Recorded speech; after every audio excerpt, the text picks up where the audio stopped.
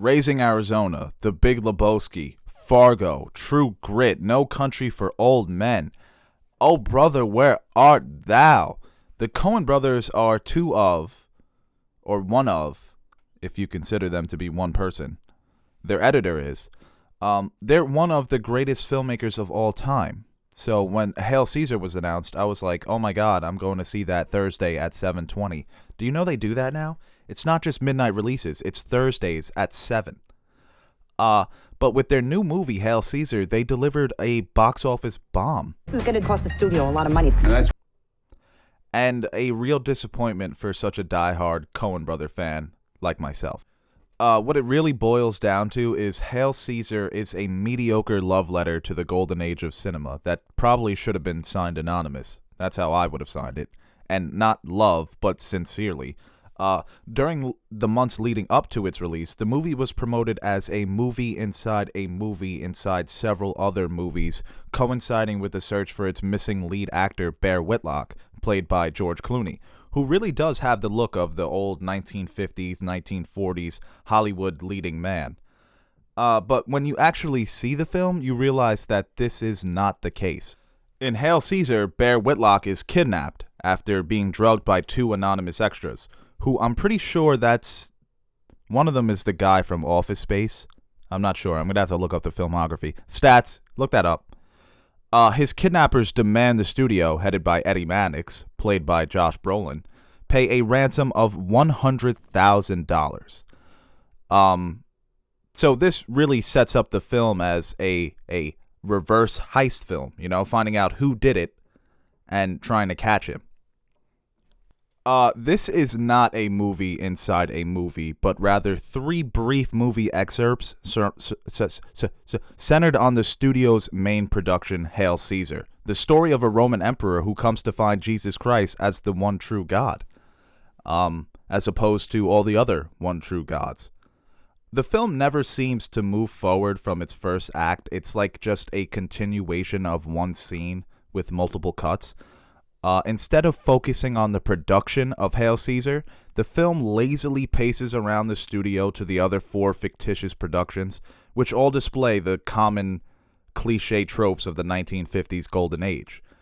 The goofy western, a serious drama adapted from the Broadway smash, a Gene Kelly-styled musical, and this water aerobics starring the blonde-headed leading lady. And its main character, the Fixer, played by Josh Brolin, like I said previously, he's struggling with keeping the studio circus in order and balancing out what makes this job desirable. With being such a big fan of the Coen brothers, I was expecting an interwoven plot of mischief concerning the safe return of Bear Whitlock to the studio's Hail Caesar production, with each character's storyline and respected film production connecting in some type of clever way. This is also not the case. This is what the movie sells us, especially in the teasers and the previews. Lawrence, Obi, thank you all for coming. The studio needs your help. But it's not like this at all. The brief appearances by these films and their A-list actors, both in real life and in Hail Caesar, provide some laughs, but really not enough focus and attention. The star-studded cast, with the exception of Odie, has essentially no involvement in the return of Bear Whitlock and really just serve as glorified cameos. They mostly serve as tribute to the different genres of their time.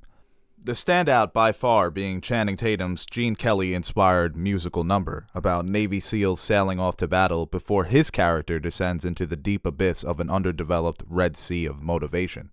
One of the more odd plot or subplots I've ever seen in a film. The great Ralph Fiennes' talents are wasted in a cringeworthy scene that mixes unnatural dialogue with a drag attempt at phonetic humor, and Scarlett Johansson is reduced to a fart joke. Is it hard squeezing it like that? It's part of the job, miss. Alden Ehrenreich gives a great performance as the stupid Odie, But even his stereotypical charming southern idiot can't save this movie. He can't carry the movie, but he simply drags it behind him in a perfectly woven lasso knot. But his performance, I think, was a breakout performance for him, but he's the only character that's truly explored who has any type of role in the return of Bear Whitlock. The other ones are just kind of there. One of the most redeeming qualities of the film is the way that it's shot. It's so bright, it beautifully captures what 1950s Hollywood really was. And in a time when a lot of films were in black and white and kind of grainy, faded color, the film does a great job of showing how the studios truly looked to the eyes of somebody who never got to be behind the scenes of these movies.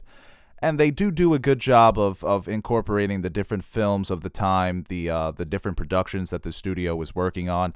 They incorporate the type of clothes that they were wearing at the time, the culture of the 1950s Hollywood. But, I mean, visuals and style alone don't make this a good movie. Overall, I would rate Hail Caesar a 5 out of 10. A mediocre film from the Coen brothers. It's really too often.